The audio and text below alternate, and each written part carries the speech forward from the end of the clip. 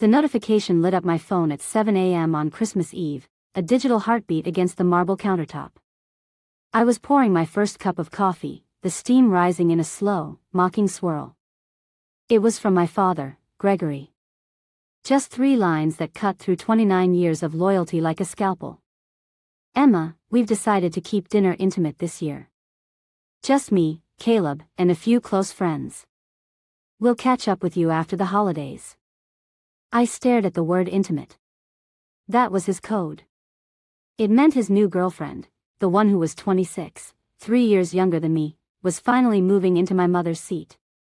It meant my brother Caleb, the golden child who viewed my bank account as his personal ATM, would be there to toast to a future I was paying for.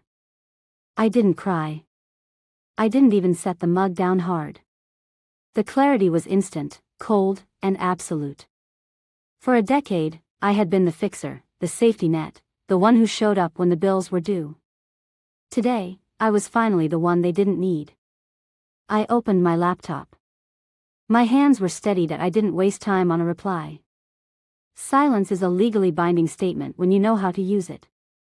I logged into my accounts, the blue light of the screen reflecting in my glasses. Most people see a retirement fund as a promise for the future. I saw it as ammunition. I bypassed the modest savings account and went straight for the heavy lifting. I initiated a wire transfer, $650,000. The recipient wasn't a travel agency or a luxury dealership. It was the county bank holding the foreclosure title on Blackwood Ridge. Caleb had spent months bragging about that ranch, claiming he was destined for those 600 acres of Wyoming timber. But destiny requires a credit score, and banks don't gamble on unemployed brothers with a history of bad bets. I hit send. The screen flashed, transfer complete. I wasn't just buying a property, I was buying the ground out from under their feet.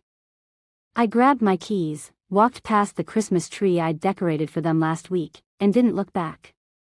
I wasn't going to a dinner where I wasn't wanted.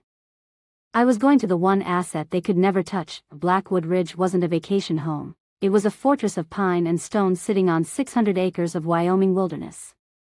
When I pulled up the unplowed driveway, the snow was knee-deep, a white shroud over a house that looked like a sleeping animal, dark, cold, and imposing. It was exactly what I needed. I stepped out of the truck, the wind cutting through my coat like a knife. My name is Emma. I'm 29 years old. And standing there in the biting wind, looking at a deed with only my name on it, was the first time I felt like a real person, not just an extension of my father's ego. That I walked into the living room. It smelled of dust and neglect. Leaning against the stone hearth was a piece of plywood left behind from 3 months ago. Painted in sloppy red letters was Caleb's Lodge, coming soon. My brother had claimed this space before paying a dime, already visualizing the parties he would throw on my dime. I didn't toss it in the trash. I broke it over my knee. The sound cracked through the empty house like a gunshot. I threw the splintered wood into the fireplace and lit the first match. I watched his delusion turn into ash.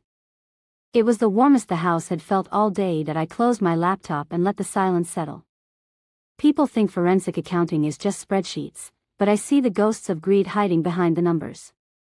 I opened a file I'd kept hidden for years, family expenses. It wasn't a budget. It was a record of a 29-year robbery, line by line. The story unfolded. There was the $50,000 loan for Dad's failing business that vanished the moment the check cleared. There was the $12,000 for Caleb's medical bills that actually settled a bar fight. But the anchor was the $200,000 I paid to keep my brother from being beaten by bookies. Dad had wept on the phone, begging me to save his son. I did. A month later, he bought Caleb a new truck, and I became invisible again. This ranch wasn't an impulse, it was asset protection. I knew they were coming for my grandmother's trust next.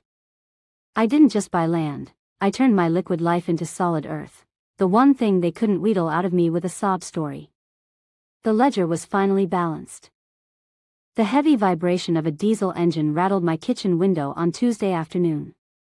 I didn't need to look, I just tapped the security app. A rental truck sat in my driveway. Dad stepped out first, wearing his business owner coat, the one he used to intimidate people into silence. Then came Caleb, kicking the snow off his boots like he already owned the horizon. And finally, a man with a clipboard. A realtor. They weren't here to apologize for Christmas. They were here to list the property for sale. I watched the screen as Dad pulled a spare key from his pocket, a key to my old apartment that he thought would work here. When it didn't turn, he didn't look confused. He looked annoyed. He walked to the truck and grabbed a red, chipped crowbar. That was the moment I understood. A stranger breaks in to take your things. A father breaks in because he believes you are his thing.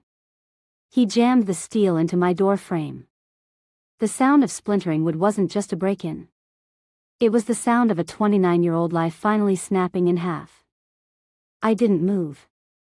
I just hit record. I waited until the front door finally yielded with a sickening pop. Dad and Caleb stepped inside, already discussing cash offers and clearing out the junk, while tossing my personal items into a corner. They were erasing me in real time. I sat in the shadows and pressed the red button on my iPad. Suddenly, the Wyoming night exploded into a blinding noon. 8 high-intensity halogen floodlights slammed on, pinning them like insects to my foyer floor. Before they could blink, the driveway was flooded with the rhythmic pulse of red and blue strobes. Sheriff Miller stepped through the broken frame, followed by Jasmine, my lawyer, who held a thick black binder like a weapon. Dad tried his usual, reasonable man, routine, claiming family rights and a wellness check. But Jasmine just opened the binder to the trust documents. Clause 404, Gregory, she said. A trustee who commits a felony against trust property is immediately removed. The crowbar in Dad's hand wasn't a tool anymore, it was Exhibit A. As the handcuffs clicked, I realized he didn't just lose the ranch. He lost the right to ever call me his property again. The silence that followed the fading sirens was the heaviest, most beautiful thing I had ever felt. I stood on the porch, the biting wind no longer a threat, but a clean slate. My phone buzzed in my pocket, a frantic wave of notifications from cousins and aunts demanding bail money, calling me cold, calling me a traitor. One by one, I slid them into the void. Blocking them wasn't an act of anger, it was an act of hygiene. Jasmine stayed for a final cup of coffee, the steam rising into the quiet rafters. My father and Caleb were gone, not just from the property, but from my future. By attempting to steal what was mine, they had triggered the very laws I had spent my career mastering. The trust was now entirely in my name. I walked to the door and looked at the new, heavy-duty deadbolt I'd installed. It was more than metal. It was a boundary they could never argue with again. They thought they had exiled me to the cold. They didn't realize they had just given me a kingdom. I wasn't alone. I was finally free.